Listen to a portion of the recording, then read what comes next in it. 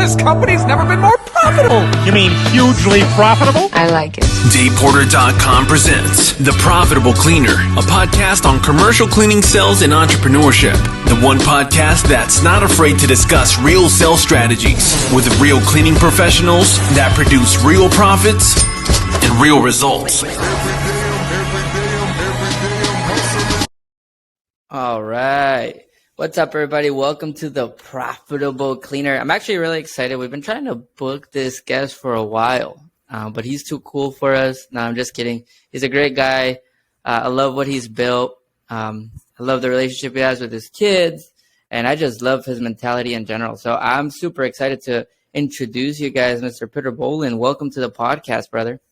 Thank you very, very much. I am super duper excited to be here. I know we've been trying to set this up for a little bit, so it's nice that all three of us finally got some time to sit down and do it. 100%. I hadn't even done a podcast in a bit, so I'm excited to be back in here and be able to come back when I know that you're a guest here and with James here. So for people that are listening to this, obviously just give us like the 1 minute, let me brag about myself a little bit so that people don't stop listening and commit to listening to the whole thing. So if you got to give us that 1 minute, what would that look like or sound like? Do over 6 million in sales, all commercial. Started with negative $84,000 and living in my mom's basement. So that is less than a minute, but I think that's really the highlights of what you guys want. And you went from your mom's basement to driving some of the sickest cars that I've seen. And just traveling the world with your kids, which I appreciate and I respect a lot. Yeah, it's been great. It's honestly been great. It's been a long 11 or 12 years. I think it's been 12 years. I feel like I've been saying that 12 for like 2 years, by the way. But it's been in a long few years to get to where we are now, but it was absolutely worth it. So check this out. I'm just going to give some insight real quick because I just realized how we all became friends. But I remember going to an event, right? Mm-hmm. Went to an event, and I remember I was really hungry. So like everybody was at the event and mingling. I remember James went to go mingle, and I'm sitting there, and I see this guy pull up, tucked in black shirt. I still remember very clearly. It was a Gucci. I think it was a Gucci bag because you had just arrived. Yeah. And we met at the elevator, and you're like, "What's up?" And just like tatted neck up. Tatted on the arm, and I was like, holy shit. And like a watch, right? And I remember like gold watch. I remember you went to your room, you did your thing, you came back down, and my one thought was, yeah, like I kind of don't want to network anymore. I'm gonna sit here until I find a way to communicate with this guy. And I told James, I was like, I don't know who he is, but I want to sleep like that, I want to look like that, and he's a big man, so I'm gonna wait. And then I see you by yourself eating, and I'm like, here it is. So I went to go talk to you. I didn't even know you were in the cleaning industry. I didn't think you were there for the cleaning industry. Oh, really? And so, yeah, no, I thought you were just sitting there enjoying just life. Yeah. And so I was like, because you don't look like let's be honest, you don't give me the vibe of a cleaning CEO. No, my look right now has also been like a 12-year progression from being some fat, preppy looking boy to just covered in tattoos, a bald head. Once the hair started to go, I knew I had two choices. I wasn't going to be a skinny bald guy. I was either going to get a hair transplant or I was just going to become a jacked bald dude. So I chose the jacked and tatted bald route. So weird question. Before we get into Janet, like I want to talk about sales and cold calling because I love your like mentality. Real quick, did you actually build out what you look like now? So when you were back then, when you were a little chubby or preppy guy, did you ever look at like, I don't know, like a Van Diesel or I don't know who you looked at, and then you're like, I'm gonna start building that guy. Let me begin with the tats. Let me begin with the gym. Did you actually build what you look like? No, this is a product of having a lot of money. It is 1,000% it, because I didn't start making like about 800 to $1 million a year, like personally, until like 4 or 5 years ago. And then once I had all this excess money, I just I went from 0 tattoos to fully covered in a year and a half. And then I got all the muscles. I got nice fake teeth, Porsches to drive, Rolexes, nice clothes. So, yeah, I just went all out and have a great time with it. So this has all been by design, but money got it all, period. Exactly. Once you had the money, then the design started building itself. That's really 100%. Cool. That's really cool. Yeah, you guys want to get into janitorial now before my man crush keeps I actually you know. have a few questions about Peter specifically. Sure. Because Peter, to me, I know we're going to talk shop when it comes to the janitorial world. You're heavily entrenched in the sales game, like we are. I think that's awesome. That's all cool. But I think there's this mysterious like character to Peter. One, how did you even get into the industry? And I actually ask this question sometimes as just like a boilerplate question that sometimes it's very generic. I actually mean it when I say it this time on this episode. Like, what is your fucking story, man? Like, what's the story of Peter? Canadian. Oh shit! I forgot you're Canadian. You said chubby prep guy. That's news to me. Like, give me some of the backstory, man. Yeah, it's a pretty typical backstory from anybody that you see has like a successful story. High school dropout. I ended up working in a call center, so I dropped out to manage a call center. They eventually sent me to another city to open one up. I was 17, and then I opened up my own office for them where I had 150 employees by the time I was 18. I saw them not doing very well with Canada's Do Not Call registry. So I decided to go out and do consulting for call centers in the Philippines and in India. So I was there for like 6 months to a year living there. Then from there, I had a choice to stay living in the Philippines. It would have been a great life. Unbelievable servants. You had people sitting back driving you everywhere. Like, it was unbelievable.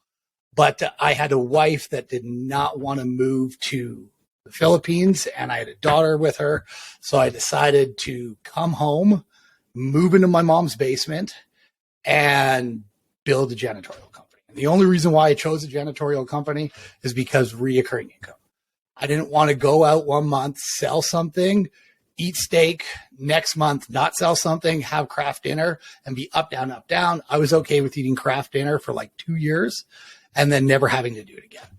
So that was why I chose a janitorial business, period. I knew nothing. My mom laughed in my face when she told me, like laughed in my face. She's like, you've never cleaned anything. I still clean up after you. So it's been a really long journey. And once you come, the weird part with you, man, is you like I get the same energy. Like that's why we get along, right? Like I think a lot of people, they meet me, and they're like, "Yeah, buddy, you're a little too intense, right?" But once I commit to something, I'm like, we're just gonna see it all the way through, and it's gonna be intense. We're not gonna maybe possibly hope for something. We're gonna laser focus and get it done. You committed to janitorial, then what? Because you went from committing to janitorial to scaling in Canada to having the One Janitorial to your YouTubes. I've looked at them. I was like popping, and you have more subscribers than we do right now, which is pretty impressive.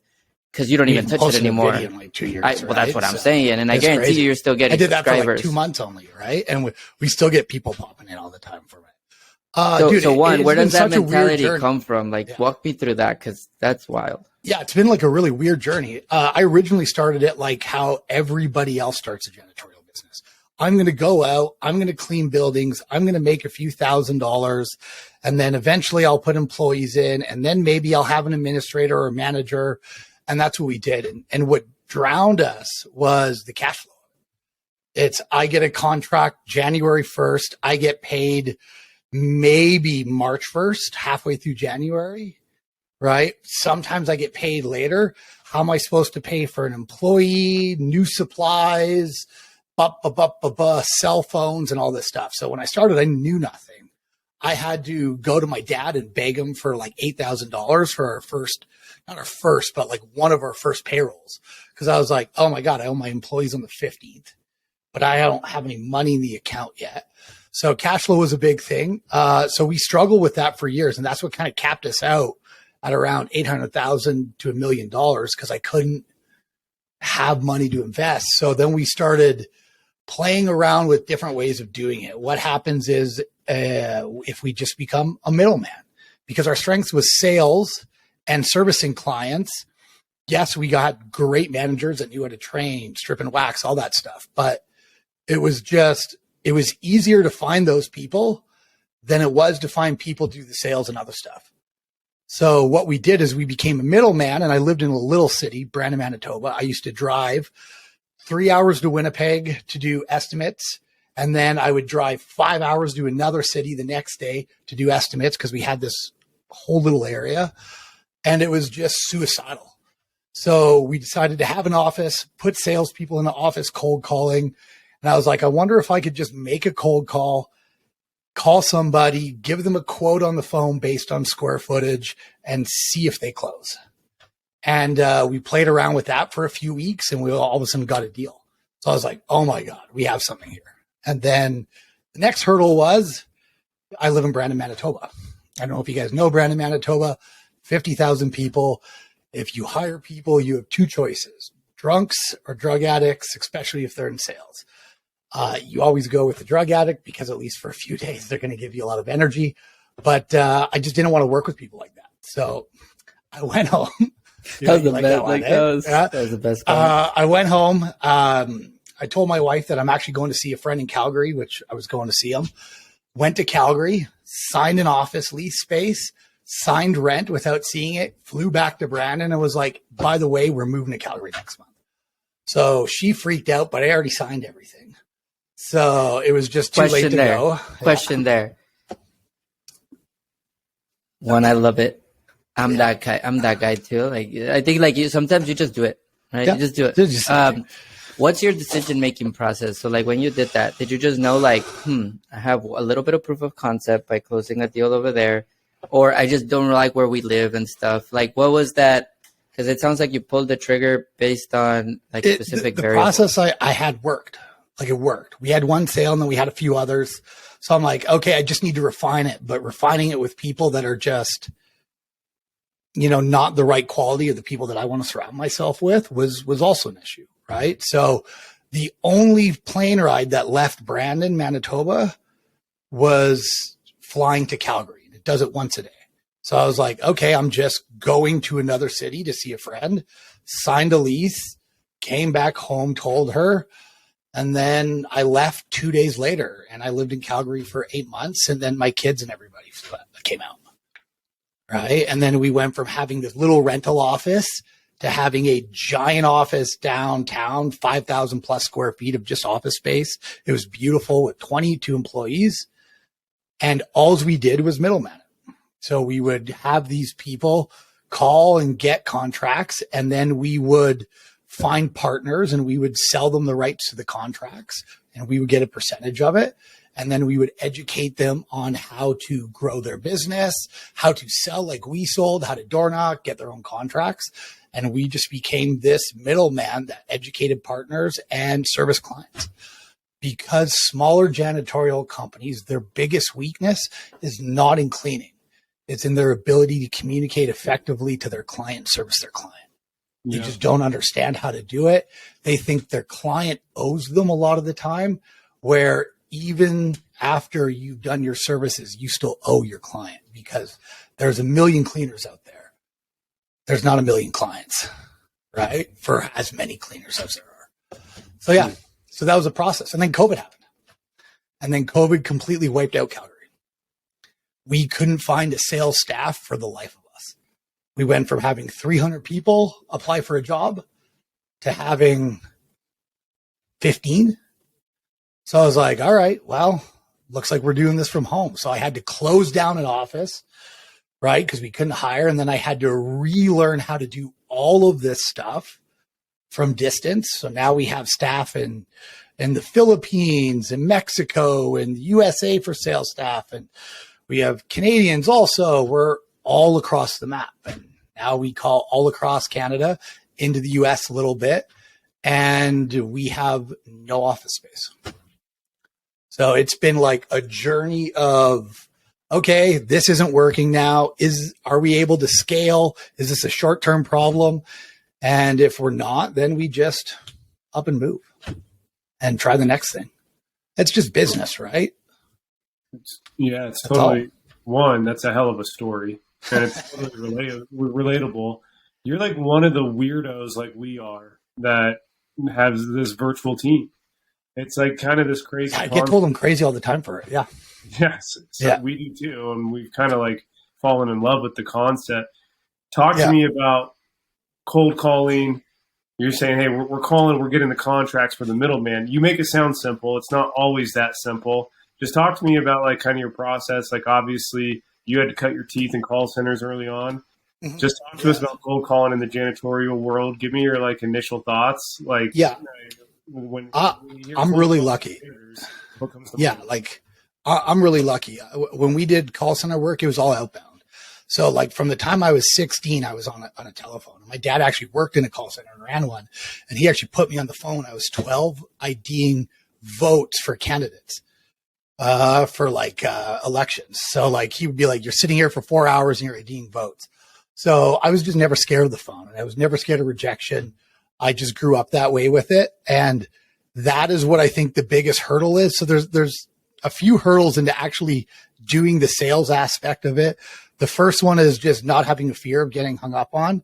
And the second is not understanding the amount of actions you need to take in order to produce a single result, right? Because you think that you're going to sit in the phone, make 150 calls and get an appointment, but you've never done it before. So you're going to sit in the phone and you're going to make 3,000 phone calls and maybe get an appointment, right? And it's probably going to suck.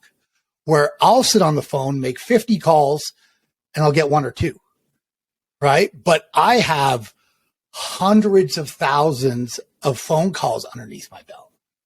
You know, it's like that Bruce Lee quote where it's, I don't fear the man that knows 10,000 kicks. I fear the man that knows one kick but practices it 10,000 times. Like that's just me with cold calls. And people don't understand that. So what they try to do is duplicate it. They make 10 calls and they're like, oh, it doesn't work. Like, no, it works. You're just lazy. You know, like you just don't understand actions. If you look at Coca-Cola, like they don't have one sign somewhere.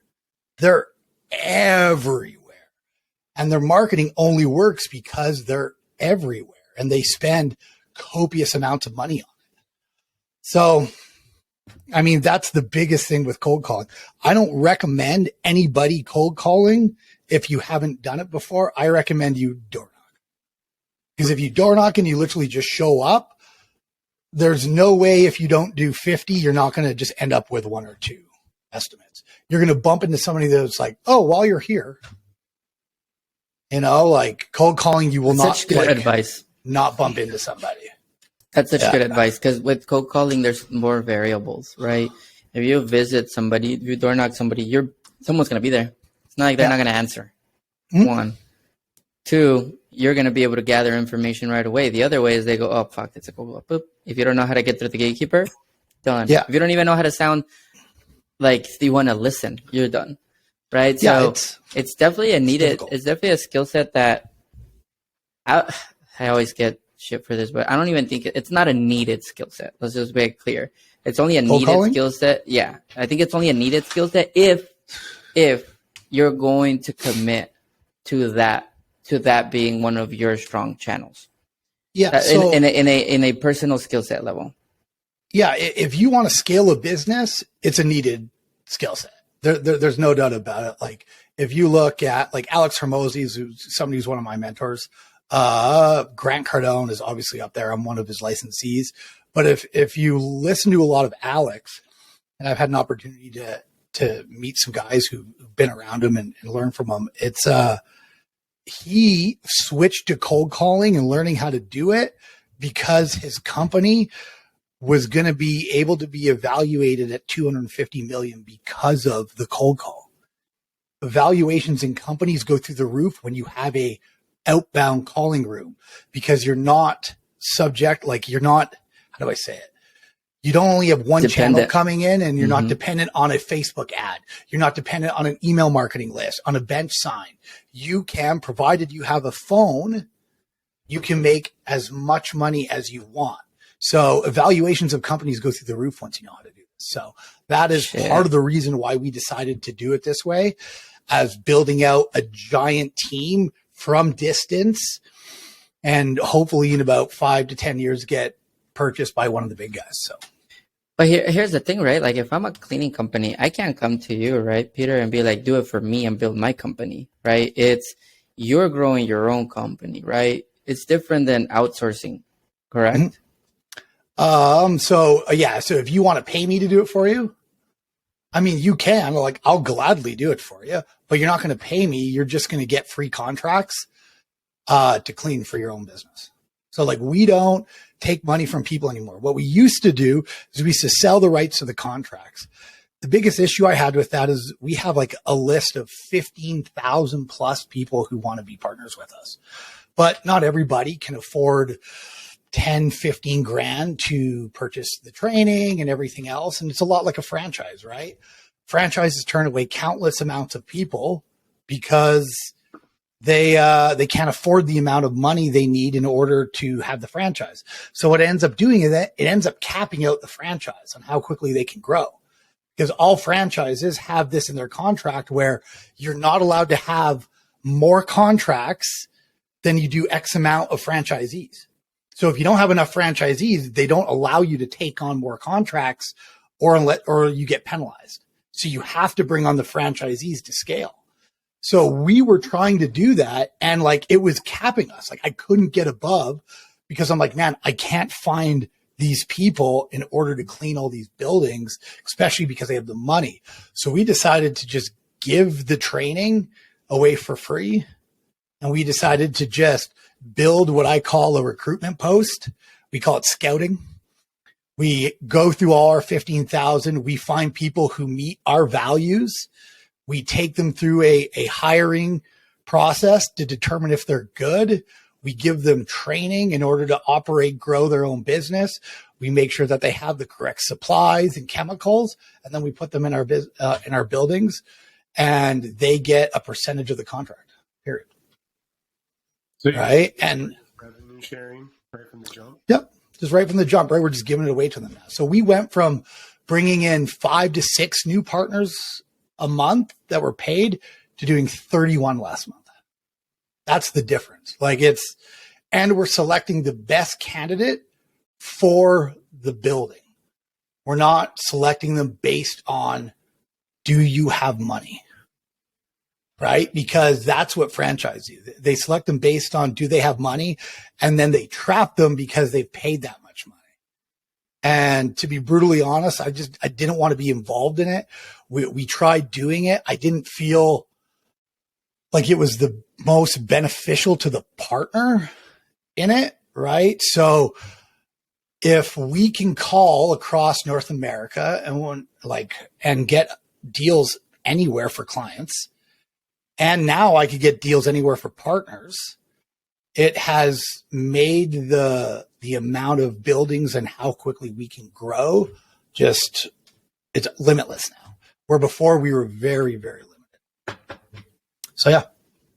And we're building our own competition, which is a little weird, right? Like, we do weekly webinars. Like, I teach them every single thing that I've learned, and we're building our own competition in cities. We've had guys that have come on with us, taken on $5,000 in contracts, and 2 years later have $1 million janitorial company in a city that we operate in. And I just don't care. Like, I'm happy for them. Good. Because I have all across Canada and all into the USA. So it doesn't bother me. Yeah. So that's been the plan so far. Now it's just help people out. I love this model. I've always loved the One Janitorial model, frankly speaking. I want to talk kind of about your team. Obviously, we were talking before we hit record here about just hiring sales reps and all of that. There's a lot of people listening right now that might be they might be considering hiring an agency, an appointment setter. Maybe they are looking at hiring an internal salesperson. When you're looking for someone to go out there and do your hunting and find these contracts, what are you looking for, and what's your training look like? So we have a 2-tiered approach. We have setters, and then we just made it 3 tiers, but I don't have enough evidence to make sure it's productive enough. So I'll stick with the 2 tiers, but we have setters, and then we have presenters and /closers. Okay. A setter is, $9 an hour USD, $7 an hour Latin America. If you want to try it, $5 an hour in the Philippines, but the quality is not as great.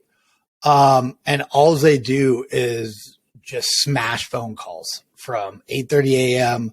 to 4:30 p.m. Monday to Friday, and they follow a process to get past it. Our training is 1 day of learning about the company for those people, half a day of practicing the script, and then they just hit the phones.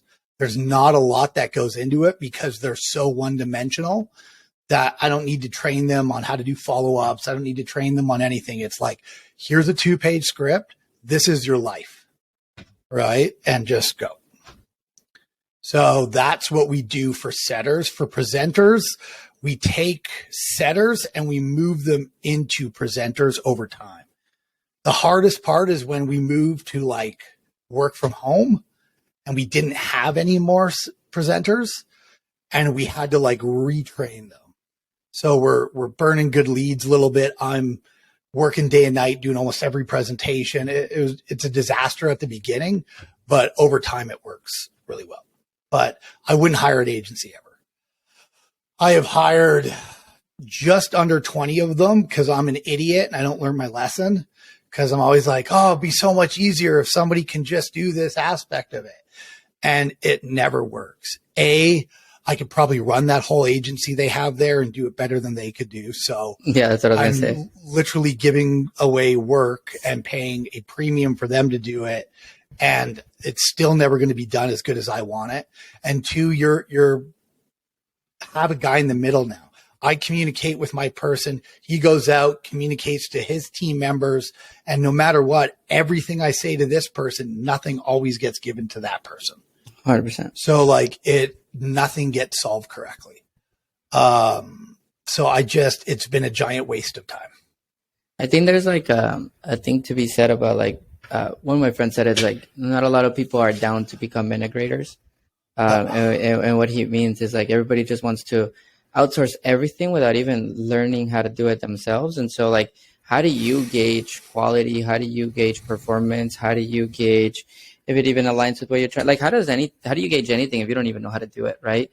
And then you come in and then you expect these things, whether it's from your own employees or whatever, and you don't have anything to benchmark to them outside of just they're not hitting what I think possibly will be it, right? Versus, like you said, you do it, you already know how to do it. Outsourcing would make no sense for your end, right?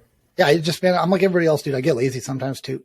You know what I mean? I just, dude, hiring people, like, because we bring on 4 people every 2 weeks, dude. Like, it's not easy.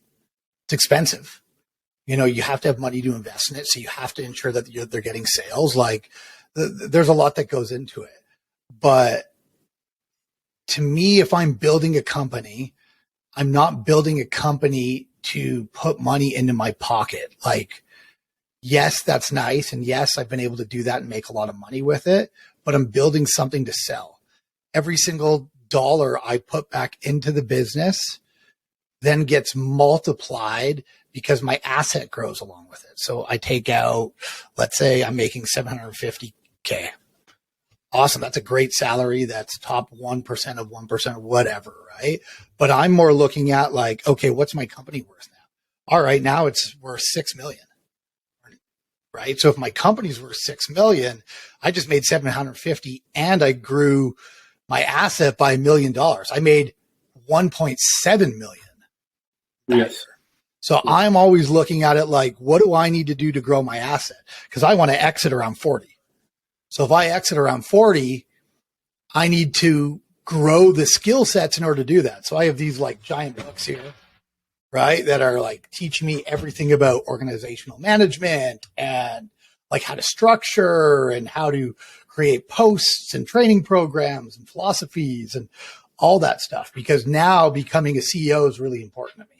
So it's determining if you need to learn the skill set because it's going to benefit your long-term goal, or if you just have enough money, you buy somebody with those skill sets and they do it for you. But that is still dangerous to me. Like buying somebody with the skill sets, you need to make sure that you understand the job enough so that the person you bring in, they know how to do the job. I've met so many sales guys or sales managers, I'm sure you guys have too, that are like, oh yeah, I know how to do it all. And then they come in here. I'm like, bro, it's been an hour and you haven't even looked at your team's stats. What are you doing? Like you should be on them and motivating them and training them, and they just don't get it. So bringing on good top tier talent to cut down on you learning a skill is extremely important, but you don't even know what good talent looks like at the beginning. So what inspired, what's the main reason that since the beginning you've been prepping to sell, right? Like I haven't been since the beginning. I was stupid, right? And I was doing it for money for myself. My first goal was it was like this tiny. I was like, I want to make as much money as I was making running call centers, which is like 120 grand a year. I was like 22, 23. And then first year we did it. I was like, oh, okay. And then I was lazy for like 2 years. I sat at home. I didn't do a whole lot.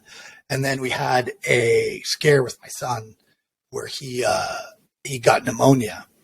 And we live in Brandon, and the hospital's not the best there. And we took him in tons of times. They couldn't find him. And eventually, he started having seizures and almost died, and he had to be airlifted to Winnipeg.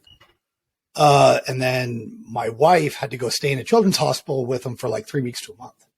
And that month she didn't work, and I worked just enough to make the 100 grand, right? So all of a sudden we were having financial issues, and I was like, shit, how am I going to pay rent? Like, I just put myself in this corner, and I was like, I am never going to put myself in this corner ever again. And it was like a sign from God. 2 weeks later, I found Grant, right? This was before he was big. He was like, his company was doing 2.5 million. And I was buying like a book that you could buy on Amazon for $15 for like $500, right? And I was devouring all of it. And then all of a sudden the company went from 800 grand to 1.3. And then I started looking at selling. So it was a progression to get there. I just wanted to make enough money, and I had some real shitty goals, and it put me into a corner, which is, I'm sure a lot of people start a janitorial business that way. I have a full-time job. I make 50 grand a year. Wouldn't it be nice if me and my wife can spend some time together, go clean a building together, bring an extra $2,000, right? We get to maybe buy a bigger house, put our kids to university. Like, that's how majority of them start. And then eventually they're like, oh, we got one. Okay, well, what can we do to get two? And then it starts moving. And the reason why it takes so long for them is because their goal is so small. I just want to make $2,000 extra. Well, I mean, what about making 100 grand extra? But they're too scared to ask themselves that. Like, how would I do that? Because it's a completely different outline of how to do it. I think for everyone, yeah. I think that's so well said, man. Everyone listening here too, if like they're continual listeners of the show, all the top performers, which is who I would put you in the category of, Peter, always are building something to sell.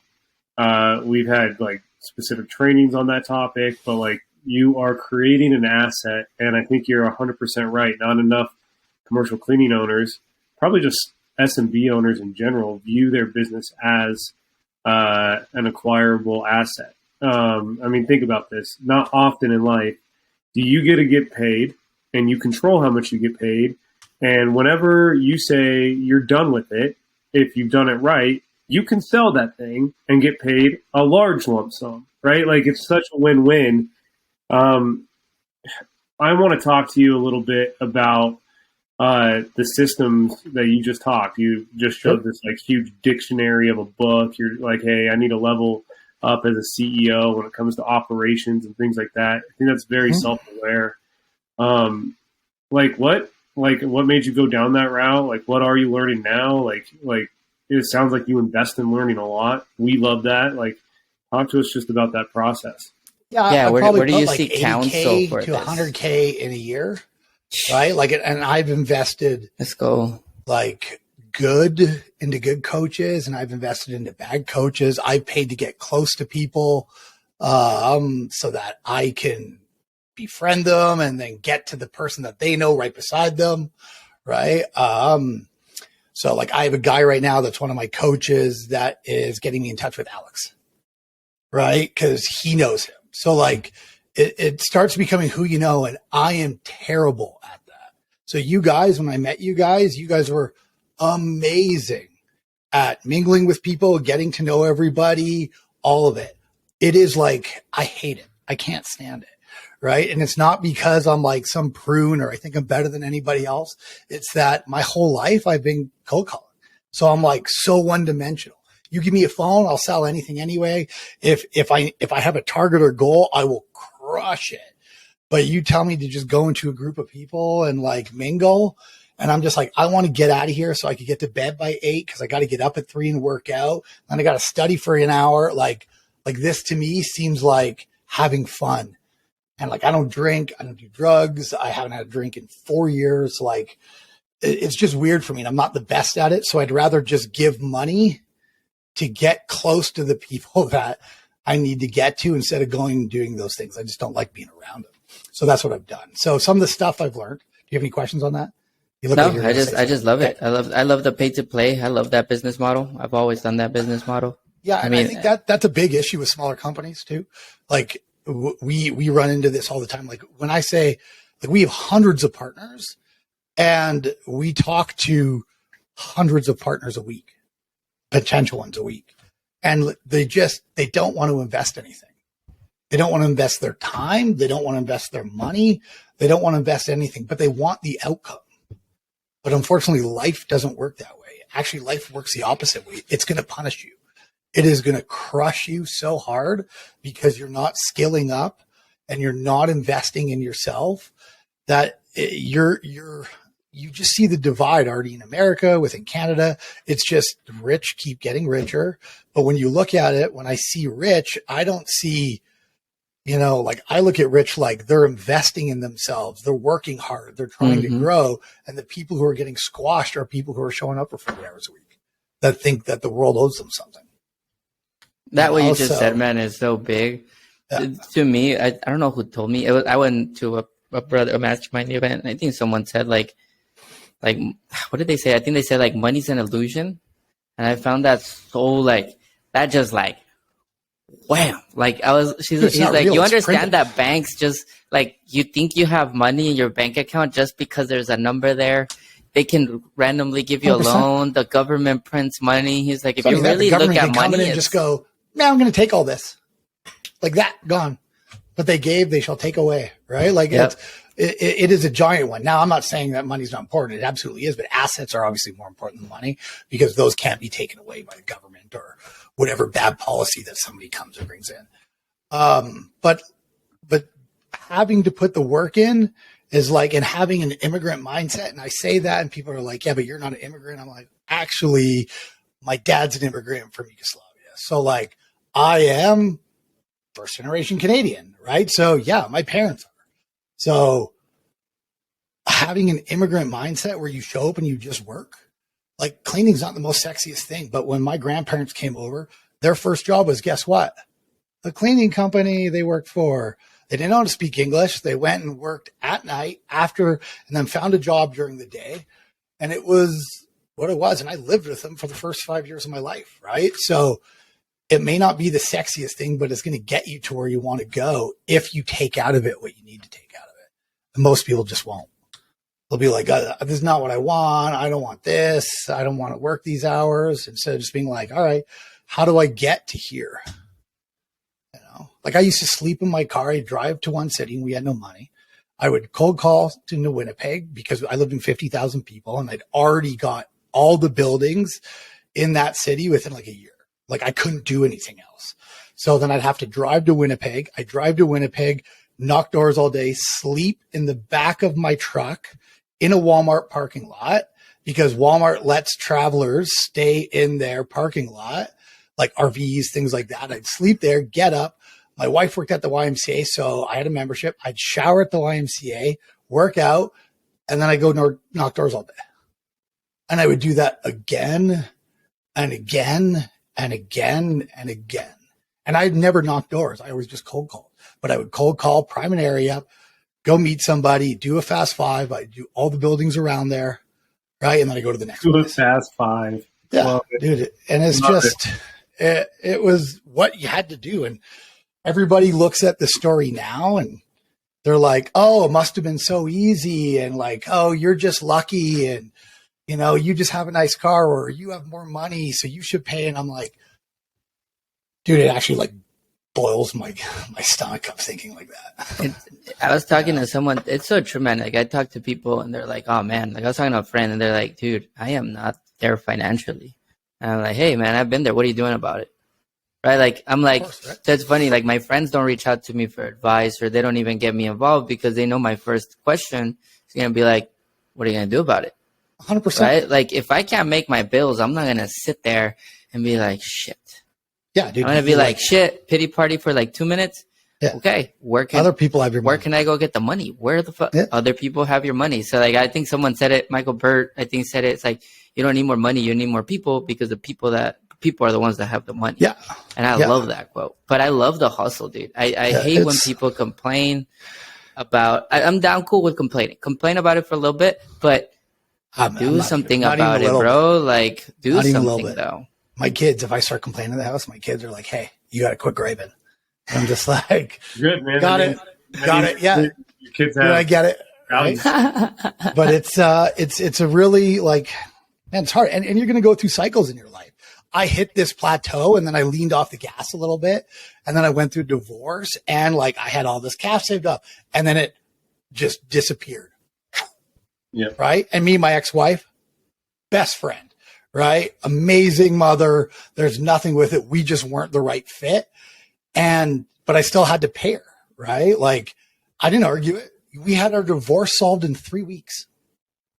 3 weeks. Average divorce is 2 years. 3 weeks. We sat down. I was like, here's a check. I'm now poor.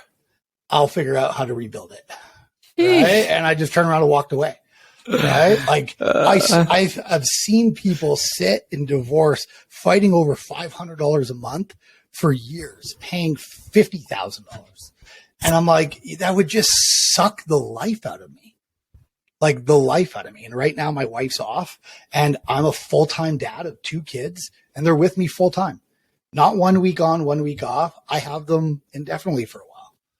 And like, it's only because I've been able to build this business and now move it to home that I can take care of my kids, be a full-time stay-at-home dad, grow a $6 million plus business, stay in shape. Like you can truly have anything you want if you're willing to put the work in and not put limits on what you can have. If you want it, you need to just figure out a way. Woo! Peter, I have a question for you, man. Yeah. Man, I feel like we could go so many. I'm about to run through a wall. Yeah, you're like the Canadian version of Angel, by the way. Or Angel's the Mexican version of you. Yeah, I'm the Mexican. I'm the Mexican and like 12 years behind, but I will get there. 100% you will. So, with that being said, man, you said you were $84,000 in debt, living in your mom's basement, just 12, 13 years ago, whatever. And you said your mom laughed at you. Yeah. What does your mom think you do now? That's such a good question. What does your mom think you do now? So my mom said 2 things back then. So I'll answer that, but I'm going to take the long way there. So I was with my ex-wife. So my mom said 2 things. She laughed in my face, because I've never cleaned anything, but that was after she said, I told her what I was going to do. And she looked at me because I quit my call center, job where I was making over 100K a year. And she was like, you're never going to be able to make as much money like that again. And I just feel bad for you. And I was like, my ex-wife as of now was just like lost it on her. Like, just like, how fucking dare you? And like, you know, she was a great partner. She was with me from minus 84K in debt and until what we have now, right? Like it was not an easy ride. But what my mom thinks about now is actually, she texts me, she's like, how's business? I was like, you know, training new sales staff, doing the whole work from home thing. I'm like, but it's going good. Our service team's crushing it. We're starting to move forward. She's like, I'm so proud of you. You work so hard. That's all I have. Right. And I'm the one they always ask for money. So that helps. And like my whole family does. So that's where I want to get to. I think some people are like, oh no, they should. I'm like, I you know what's funny? You said that. Part of my inspiration, and I always tell my fiance, is like, hey, I'm working a fuck ton, right? Like I get it. Like I feel like I'm working 80-hour weeks and more, and then your brain's always like, right? But I'm like, I know for a fact that 5 years from now, 10 years from now, everybody in the family is gonna depend on me for money, and I'm not gonna come to them and be like, hell no, you should work harder, you should have done what I did. I'll get there eventually, but there will be a point where I will need to provide that, and I'm completely cool with that. 100%. Yeah, it's 100%. It was nice to be able to do. Like it was just a good feeling to be able to take 10 grand and be like, oh yeah, here you go. And they're like, okay, like when do you want it back? And you're just like, just take it. You know, like stop. just take it. Right? Like just let's not. You know, I don't want you to tell me a thing and then I feel like I got to follow up with you and like here, right? Don't return it, but don't come back and ask for money. The best, like, you know what I mean? The best way to prove your loved ones wrong that doubt you early on is to actually provide them with stability and love later on. I remember like my mother-in-law telling me I can't have my daughter married to a broke entrepreneur. And I remember, hey, you're paying way too much for this first investment property. Well, that broke entrepreneur and that investment property has housed half my family. Like, I mean, like, you know, but it's all love. And I think there's a lot of people listening to this that can relate. Like sometimes people closest to you in your corner will doubt you the most because their mindset and vision isn't where you're at. Right. So you can't expect them to meet you at that level and have full confidence in it. But and I think a lot of people are stuck there, like really stuck there. Like they're like, oh, well, they don't believe in me. Like you hear that all the time in these entrepreneurial stories. They don't believe in me. And like when my mom said that to me, I wasn't like, oh, my ex-wife was. I was just like, okay. Like it just didn't affect me. And I think that was part of like cold calling for so long. It's like you get hit in between the eyes with something and you're just like, all right, you just keep going. Like it doesn't affect you. Like people's words don't stop you. You're like, I'm on this mission and here's what I'm doing. The biggest thing you got to watch out for is like your own limiting beliefs and just information that you think is true. That's just absolutely holding you back. Right. Like it's the killer of everyone. And like people thinking that $50 is a lot of money. I'm like, if you think $50 is a lot of money, you are never going to be able to get it. Never, ever. Right. Because like it is so far out of your thought process that like you're never going to be able to do it. And you're never going to be able to just lose it. You know, when I say lose money, like you hear people all the time like, oh, I never lose money. I'm like, you know what? Every entrepreneur loses money. They're like, oh, I'm going to try this thing over here. Does it work? No. But like your business is still producing money. So like technically you lost it, but you still made money. But like, dude, you're just like, I've hired bad people and we paid them for 2 months and we got zero result from them. But then we've had 5 other people that we hired that got amazing results from. Like, it's just part of it. You're going to make shitty decisions, but you just should learn from them. So I know we're coming into the time here, so I want to make sure I respect everybody's time. Because I know that the 3 of us could probably do like a 5-hour masterclass, and we didn't even get into it, which is the cool part. Like, I would love to do a masterclass one day and just like we haven't even got deep on anything. Exactly. Dude, this crazy, is ridiculous. Right? Like we're so surface level right now. Exactly. And I think the one thing I hate about these podcasts, especially when people are new, is they'll hear like, oh, here's my process for this. And they're like, okay, I'm going to try to duplicate it. Cause I've had people do that and then call me later on. And then I'm like, oh, dude, I spent 30 seconds going over it. I would have to spend a month. like 100%. I could spend a day on just getting past the gatekeeper. 100%. You know, so like even like there's working so hard. much to it. Yeah. Like people are going to be like, oh, what? I just worked hard after your podcast. I'm like, yeah, the working hard is one thing, but like, what are you working on? How are you managing your time? How are you prioritizing? What is the go-to-market strategy? What are your like, there's so much, but I'm glad we kept that surface level because I want to do a part 2, part 3, part 4, part 5. I'm good The for it. main takeaway for me, man, is dude, I've always been impressed by you, but I've loved that you've built your future. And one of my mentors said, if it's meant to be, it's up to me. And I think every time he said that, I'm like, it's so true. Mm-hmm. It's so true. Like, I got to do something about it. So anyways, I just want to thank you for being here, man. So yeah, thank you guys so much for having me. I appreciate it. If you ever want to do those other ones, I'm always here for you guys. I find the more I talk about this stuff for myself, I come out of it like rejuvenated and ready to go again. I'm like, oh yeah, I have accomplished a lot. Because sometimes I'm gonna run through a wall right now. I'm about to run through a wall. We're going to talk business models after, and then we're going to do a masterclass. We're just going to do a masterclass on cold calling. People have been requesting it. Yeah. Let's just do it. No, dude, I think it'd be great. Yeah. Hey, it's rare that we have like all three of us are married to cold calling like we are. Yeah. I love the fact that you said like I have 100,000 dials under my belt. It's like so many people can't say that, and I know each one of us has cut our teeth on it, like through our career, and that's a fucking rarity.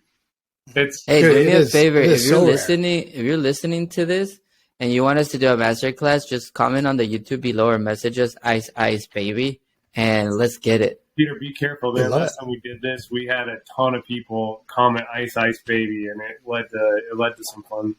Yeah, dude, I'm great. I don't mind that stuff. I could bring some recorded calls. I could bring some recorded presentations and stuff, and just because everything we do is virtual, man. We don't go down and meet a single person. I have an idea. I'm gonna pitch an idea. I got something for you guys, and we're gonna just do it, and we're gonna do it live on LinkedIn. It's gonna be some wild stuff. I'll show you guys. Good. Well, okay, guys, thank you very much. Appreciate it. Thank you, James. Thank you, Peter. Okay. Peter, real fast, man. Where can people find you if they want to connect with you, man? We'll link it up. The Peter Boland on Instagram, or the easiest thing to do would just be to email our company at support@onejan.com. Ask about being a partner, or ask about some of the free training that we can give you guys.